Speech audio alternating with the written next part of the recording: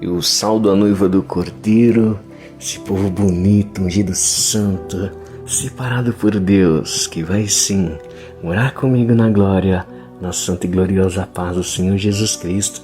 Amém, igreja? Sente a glória dele aí. Amém, meus amados irmãos? Ele está aqui com a gente, amém? O nosso Senhor e Salvador Jesus Cristo, o Espírito de Deus e até papai. A Bíblia diz, Jesus ele vai dizer, né? Que aquele que ama a ele guardará então os seus mandamentos. E eu rogarei ao Pai, ele vos enviará o Consolador, o Espírito da verdade, que o mundo não pode conhecer, mas ele está em vós e habitará em vós para sempre. Ou seja, o Espírito Santo está na minha, na sua vida, na vida de todos os amados irmãos que creem em Jesus Cristo, né? Que permitiu que ele entrasse em sua vida para sempre. Amém? E o próprio Cristo, ainda um pouco mais abaixo, descrevendo aí, ele vai dizendo que ele e o próprio Pai fará morada nessa tal pessoa, amém? Que segue os mandamentos dele, que é o quê? A sã doutrina. Então nós temos a presença de Deus Pai, de Deus Filho, que é Jesus Cristo, e do Espírito Santo de Deus sobre a nossa vida. Entende? Então eu até percebo, porque há uma diferença, irmãos. Quando somos usados por Deus, às vezes somos usados pelo Espírito Santo. Às vezes o próprio Cristo Jesus ele quer falar também, e ele fala. E às vezes o Deus Pai quer falar e ele fala também, ele usa. Entende? Então, até é bíblico, porque os três estão dentro de nós. Nós somos a casa e a morada dos três. Amém? Nesse texto você vai descrever, Jesus vai descrevendo isso daí. Amém? Então o que acontece? Há uma diferença. Quando eu sou usado pelo Espírito Santo de Deus, de uma forma mais suave, mais tranquila, né? Às vezes ele fala um pouquinho mais sério, mas normalmente é bem docinho a palavra, aquela coisinha incrível. Quando é Jesus, quando ele tem que corrigir, ele fala um pouco mais sério. Agora quando é papai, ele já dá logo uns berros, ele já manda o papo, o neguinho já fica em choque, já fica com medo, é aquela coisa que fica até tenso. Por quê? Porque papai ele já vem pegando às vezes um pouco mais pesado. Papai é seríssimo. Só a palavra dele, o peso da palavra dele, a palavra dele é como muitas águas. Ele responde como um trovão. Você escuta só de ouvir ele falando eu te amo, você já fica com medo. Porque ele é poderoso. Ele é todo poderoso, Deus Pai. Ele é todo glorioso, todo majestosão, todo poderosão, todo imponente. Quando ele fala, você já fica com medo. Então há uma diversificação quando as pessoas são usadas por Deus. Eu sei diferenciar, amém? Então estou ensinando isso aqui para você entender, amém? Porque tem gente que fala assim, a pessoa está assim, está assado, está amaldiçoando, está isso, está aquilo, não tem nada disso. O profeta ele é usado por Deus e Deus ele vai falar aquilo que tiver que falar. Se for a bênção vai ser bênção, se for a maldição vai ser a maldição. Está lá em Jeremias 1 isso daí. Só você vê o ministério do profeta, para que ele serve, para que ele foi criado e de que forma que Deus o usa na terra. Então não é a pessoa em si, é Deus que está falando na boca dessa pessoa. E são coisas que se cumprem. Coisas que se cumprem.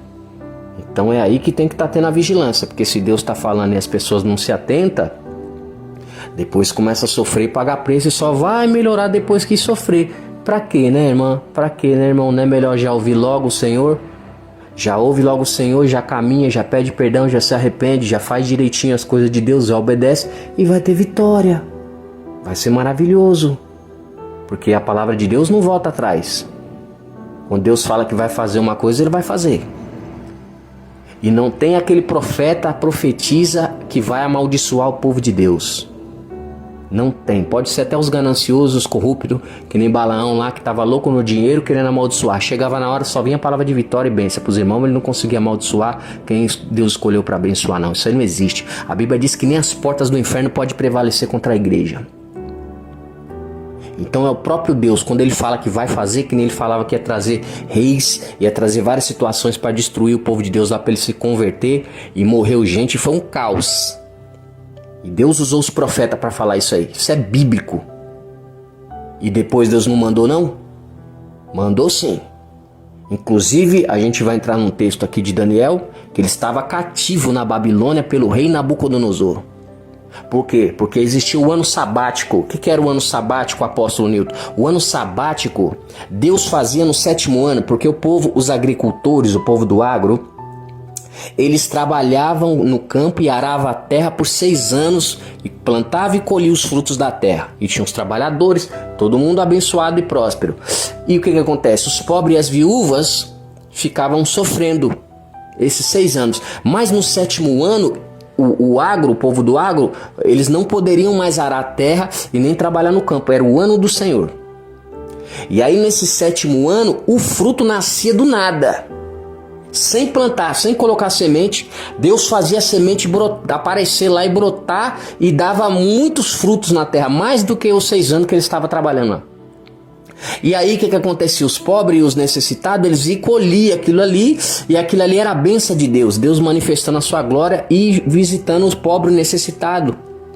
E ali era a vez dos irmãos que era pobre e necessitado, entende? Mas aí o que aconteceu? O povo do agro, o povo ganancioso, né?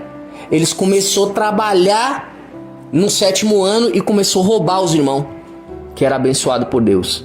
E Deus deixou e permitiu isso por 70 anos. E aí ele estava roubando a Deus ali, ó, prejudicando a Deus de amar, de mostrar a glória dele para os irmãos, e os irmãos glorificar e estar feliz, entendeu? Porque numa situação daquela ele fala, pô, Deus esqueceu da gente? Poxa vida, nós estamos sofrendo aqui, como é que pode? Esses irmãos aí e tal... O pessoal chateadíssimo, já não estava mais glorificando a Deus, porque tem gente que é assim, não glorifica na prova, só glorifica na vitória. E a culpa é de quem está atravessando. Claro que é.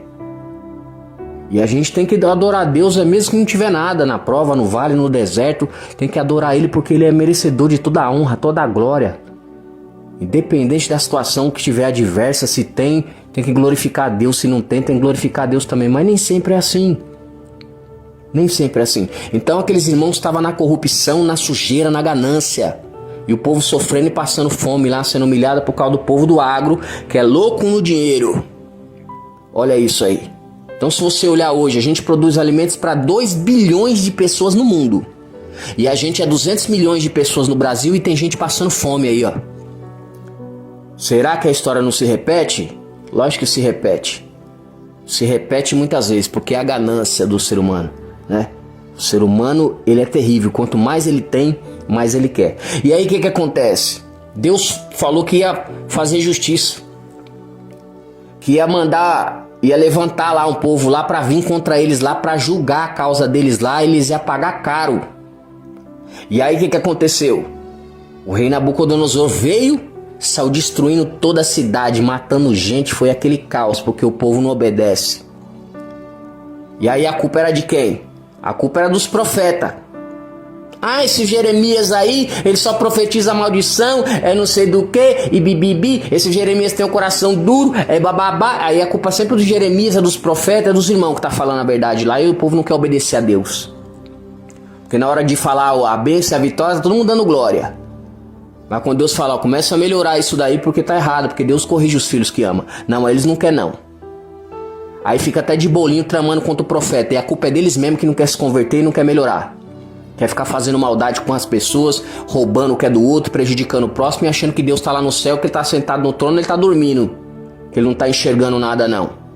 E aí Deus levanta os profetas para falar o que está acontecendo. E profeta, que é homem de Deus, ele não se dobra não, ele não vai abaixar a cabeça para ninguém não. Ele vai falar o que é certo, o que está correto. O que está certo e o que está errado, está errado.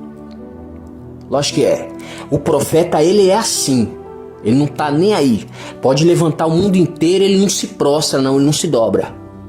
Aquele que é escolhido do Senhor, que foi chamado para a guerra, para o combate, ele não tá nem aí. E aí levaram o povo cativo lá na Babilônia. E aí lá na Babilônia, esses irmãos aí, ó, os desconcertados, já estavam adorando as imagens de escultura lá. E é isso que nós vamos falar agora. Então acompanha comigo aí, irmãos. Em Daniel capítulo 3... Os irmãos estão cativos lá na Babilônia, lá, sendo escravo lá, apanhando, comendo legumes e água véia lá, e sofrendo, perderam tudo. Perdeu tudo e foi ser escravo lá. E ainda estava como? Distante de Deus, porque já estava antes, né? Que já estava na corrupção, na mentira, no engano, na sujeira, tramando contra os irmãos de bolinho sujo do diabo. Aí Deus fez eles pagar preço lá pra eles aprenderem. Ficou 70 anos lá. E Deus falou que eles iam ficar 70.